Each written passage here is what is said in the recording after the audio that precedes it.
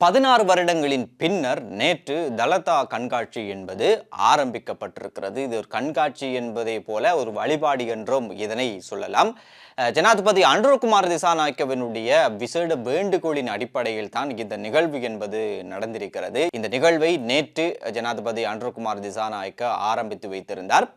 இப்போது மக்கள் கூட்டம் என்பது அங்கு அலைமோதுகின்றது. இந்த நிகழ்வு என்பது புத்தரனுடைய பல்லை பார்ப்பதற்காக வேண்டி அனைத்து மக்களும் அங்கு செல்வார்கள், அங்கு வழிபடுவார்கள். இது சிங்கள சமூகத்தின் மத்தியிலே ஒரு பெரும் வழிபாடு நிகழ்வாக இது பார்க்கப்படுகிறது. இந்த நிகழ்வுக்கு கொழும்பிலிருந்து வெளிநாட்டு ராஜதந்திரிகள் விசேட ரயில் மூலம் நேற்று கண்டிக்கு பயணித்தார்கள். அதே போன்று சஜித் பிரேமதாசவும் நேற்று கண்டிக்கு சென்றார். அங்கு அஸ்கிரிய மல்வத்த மகாநாயக்க தேரர்களை அவர் சந்தித்து ஆசீர்வாதம் பெற்றார். ஆனால் அதன் பிறகு இவர் இந்த கண்காட்சியில் பங்கு கொள்ளவில்லையாம். காரணம், மக்களுக்கு எந்த விதமான இடையூறும் இல்லாமல் இருப்பதற்காக வேண்டி நான் இந்த கண்காட்சியில் பங்கு பெற்றவில்லை என்று சொல்லிவிட்டு தேரர்களுடைய வேண்டுகோளை மறுத்து அவர் அந்த இடத்தை விட்டு வந்திருப்பதாக சொல்லப்படுகிறது. மக்கள் வரிசையாக நின்று கொண்டு அந்த நிகழ்விலே பங்கு கொள்கிறார்கள். அப்படி இருக்கின்ற போது இவர் வரிசையில் நின்று அந்த நிகழ்விலே பங்கு கொள்வதில் மக்களுக்கு என்ன இடையூறு இங்கே ஏற்பட போகிறது என்பது குறித்து பலரும் கேள்வி எழுப்பி வருகின்றனர். அதே போன்று இந்த நாட்களில் ஈஸ்டர் தாக்குதல் தொடர்பான கதை தான் பேசு பொருளாக மாறியிருக்கிறது. நாங்கள் கடந்த வீடியோக்களிலும் இது தொடர்பான பல தகவல்களை நாங்கள் வெளியிட்டிருந்தோம். அதிலும் குறிப்பாக பிள்ளையான் கைது செய்யப்பட்ட விவகாரமும் பிள்ளையானுக்கும் ஈஸ்டர் தாக்குதலுக்கும் தொடர்பு இருப்பதான சந்தேகங்களும் இப்போது பேசப்பட்டு வருகிறது. பிள்ளையானின் கைதுக்கு பின்னால் நிறைய பேர் பயந்திருப்பதாக தெரிகிறது, தடுமாற்றம் அடைந்திருப்பதாக தெரிகிறது. இந்த தடுமாற்றத்தையும் பயத்தையும் உறுதி செய்யும் முகமாகத்தான் ரணில் விக்ரமசிங்க பிள்ளையானோடு பேசுவதற்கு வாய்ப்பை கேட்டிருந்தார். அந்த வாய்ப்பு என்பது அவருக்கு மறுக்கப்பட்டிருந்தது. அதன் பிறகுதான் உதயகம்பம்பில, இதற்கு முதல் எந்த நீதிமன்றத்துக்கும் போய் வாதிடாத உதயகம்பம்பில பிள்ளையானை சந்திக்க போன விடயம், இந்த விடயத்துக்கு பின்னால் ரணிலுடைய ஒரு ஒப்பந்தம் இருக்கும் என்றும் சிலர் பேசிக்கொள்கிறார்கள். இது தொடர்பாக நாங்கள் நேற்று வீடியோவிலே பேசியிருந்தோம். அந்த வீடியோவை நீங்கள் பார்க்கின்ற போது உங்களுக்கு தெரிந்து கொள்ளக்கூடியதாக இருந்தும்.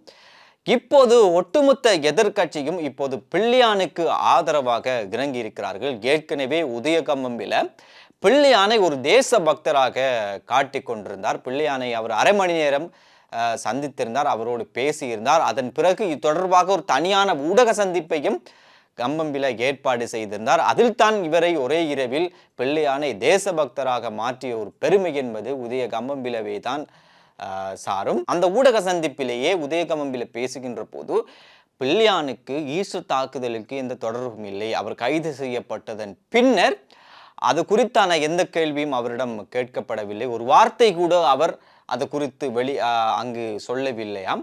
அதே போன்று அவருக்கு ஈஸ்டர் தாக்குதல் பற்றி எதுவுமே தெரியாதாம். அவர் அந்த நேரம் சிறையில் இருந்தாராம். அவருக்கும் ஈஸ்டர் தாக்குதலுக்கும் தொடர்பு இருக்கிறது என்று சொல்பவர்களுடைய மூளையை பரிசோதித்து பார்க்க வேண்டும் என்று உதயகம்பம்பில பேசியிருந்தார். ஆனால் பிள்ளையான் ஈஸ்டர் தாக்குதல் குறித்து ஒரு புத்தகத்தையே எழுதியிருக்கிறார். அது சிங்களத்தில் கூட அவர் மொழிபெயர்த்தும் வெளியிட்டிருக்கிறார். அந்த புத்தகத்தினுடைய விலை கூட 1950 ரூபாய். எனவே இப்படியான ஒரு புத்தகம் வெளியானது குறித்து கம்பம்பிலுக்கு தெரியாமல் இருக்கலாம், பிள்ளையானுக்கும் தெரியாமல் போய்விட்டதா என்கின்ற கேள்வியை பலரும் எழுப்பியிருக்கிறார்கள். எனவே ஒன்று கம்பம்பிலைக்கு மூளை சரியாக இல்லாமல் இருக்கும், அல்லது பிள்ளையானுக்கு மூளை சரியில்லாமல் இருக்கும் என்று பலரும் இப்போது கேள்வி எழுப்பி வருகின்றனர். இது குறித்து சமூக வலைத்தளங்களிலே விவாதிட்டும் வருகின்றனர். எது எப்படியோ நாமல் ராஜபக்ஷ கூட நேற்று பேசியிருந்தார்.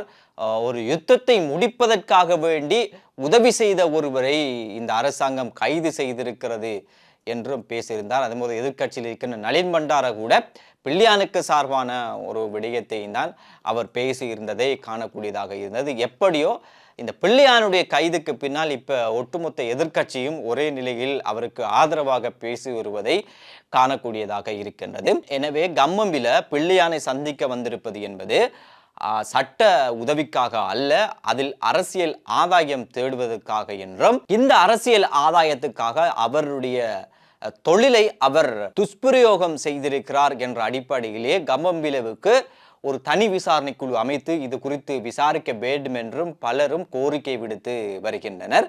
ஏற்கனவே அன்றகுமார் திசாநாயக்க ஏப்ரல் 21 முதல் இந்த ஈஸ்டர் தாக்குதல் சூத்திரதாரி தொடர்பான தகவல்களை நாங்கள் வெளியிடுவோம் என்று சொல்லியிருந்தார். இப்போது அதற்கு இப்போது இன்னும் 2 நாட்கள் இருக்கின்றது. இதற்கிடையிலே ஒரு அதிகாரபூர்வமற்ற செய்திகளாக பல செய்திகள் வந்து கொண்டிருக்கிறது. அந்த அதிகாரபூர்வமற்ற செய்திதான் இது. இந்த ஈஸ்டர் தாக்குதல் குறித்து ஒரு முன்னாள் பாதுகாப்பு உயர் அதிகாரி ஒருவர் கைது செய்யப்படலாம் என்கின்ற அதிகாரபூர்வமற்ற ஒரு தகவல் ஒன்று இப்போது அரசியல் மட்டத்திலே பேசப்பட்டு வருகிறது. இதற்கிடையிலே இப்போது இந்த தேர்தல் பணி என்பது சூடுபிடித்திருக்கிறது. மற்ற கட்சிகள் தேர்தல் சூடுபிடிப்பதை விட NPP அரசாங்கத்தினுடைய தேர்தல் பிரச்சாரம் என்பது இப்போது சூடுபிடித்திருக்கிறது. இருந்தாலும் இந்த உள்ளூராட்சி சபை தேர்தலுக்காகவும் ஜனாதிபதி அன்றகுமார் திசாநாயக்க இப்போது நேரடியாக பிரச்சாரத்தில் ஊராக சென்று ஈடுபட வேண்டுமா என்கின்ற விமர்சனம் கடந்த காலங்களிலே பேசப்பட்டு வந்தது. ஆனால் இதற்கு பின்னால் ஒரு திட்டம் இருப்பதாக சொல்லப்படுகிறது.